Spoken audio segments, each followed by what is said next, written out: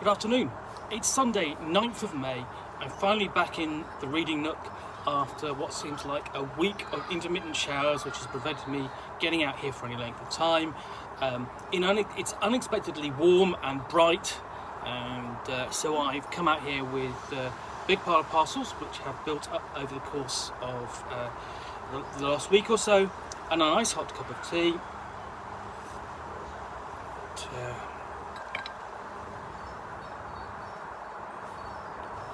And the first of the parcels, so let's get to it. Here we go.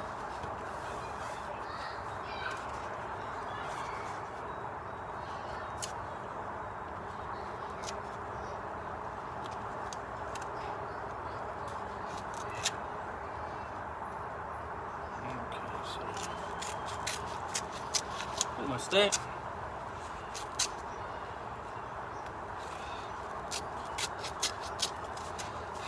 There we go. So what have we got in here?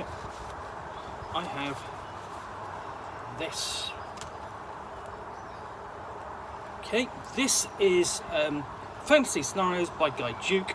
Four highly detailed, exciting and original scenarios taken from the Beholder. The scenarios are The Ring of Fire, Gorge of the Afterlife, Uggish and the Grim Knack, and The Dripping Chasm. This is an anthology of scenarios for what would have been Dungeons and Dragons. It was published back in 1980-81,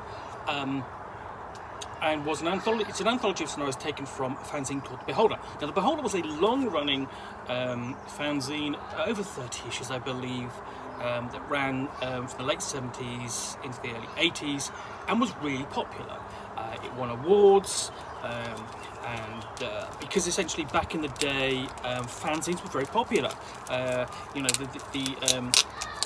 Because they were the main means of which fans would communicate with each other, build up a sense of community. This obviously predates the internet by quite a lot. So here we go. It's quite slim. Inside. Here we go, all in queer. There's an address, and basically promised, 1981, that promises more scenarios. It's quite a simple, basic layout. But then we get on to the scenario itself, and the first thing, basically, yes, the layout is, you can see it's tight. It's, basically, it looks old-fashioned, but you've got a nice piece of artwork, the maps are good, and it's one of the hallmarks of Beholder is that, the production values, certainly in terms of the maps and the artwork, was all good. And you turn over to page 2, and again, really nice piece of cartography there. That's really easy to read and adds to the character. You've got the sense that you are constantly sort of like, looks like you are climbing up a mountain.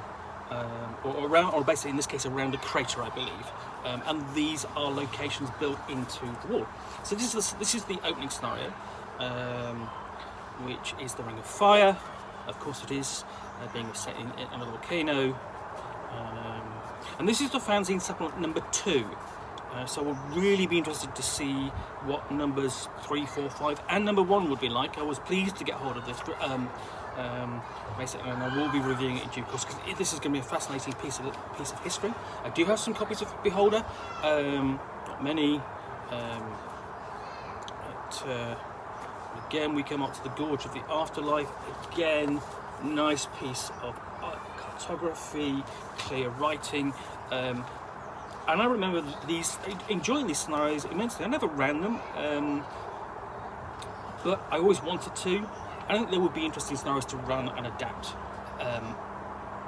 basically to the as part of the old school Renaissance now. And I think possibly, essentially you could take these and really you could possibly even do a Kickstarter for the best of the Beholder. It would, and people would back it, because essentially there is not only is an interest in the history.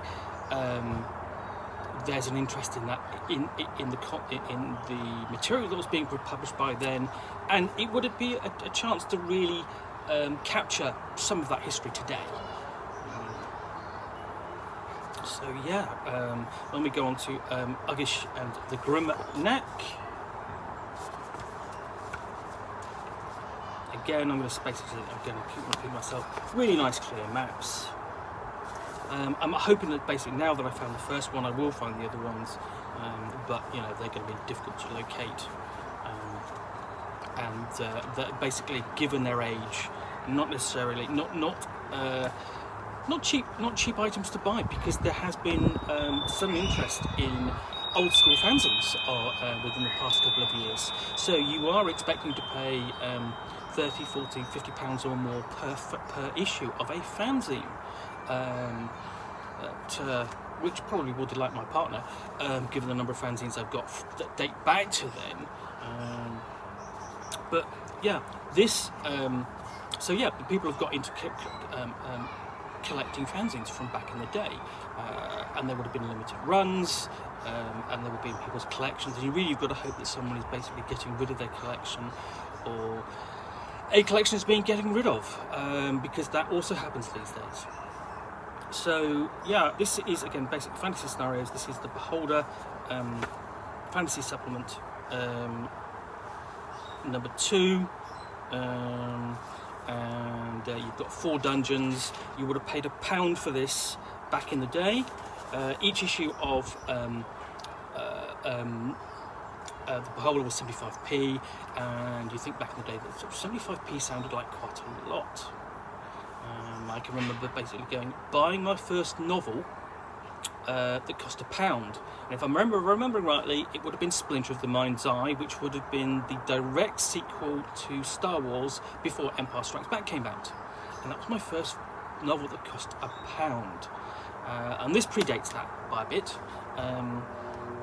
But yeah, buying things, you know, £1 was comparatively a lot of money back then. And this would be sort of like several, you know, you probably pay about £10 for this now.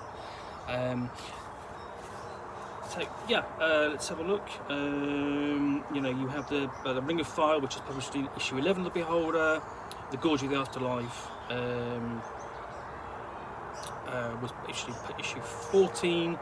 Urgish and the Grimnack in issue 19, and the Dripping Chasm in issue 18. There's a bit of nice context here, you know. The Ring of Fire was subsequently voted the best scenarios by readers. The Gorge of the Afterlife was a close runner-up in the readers' poll, and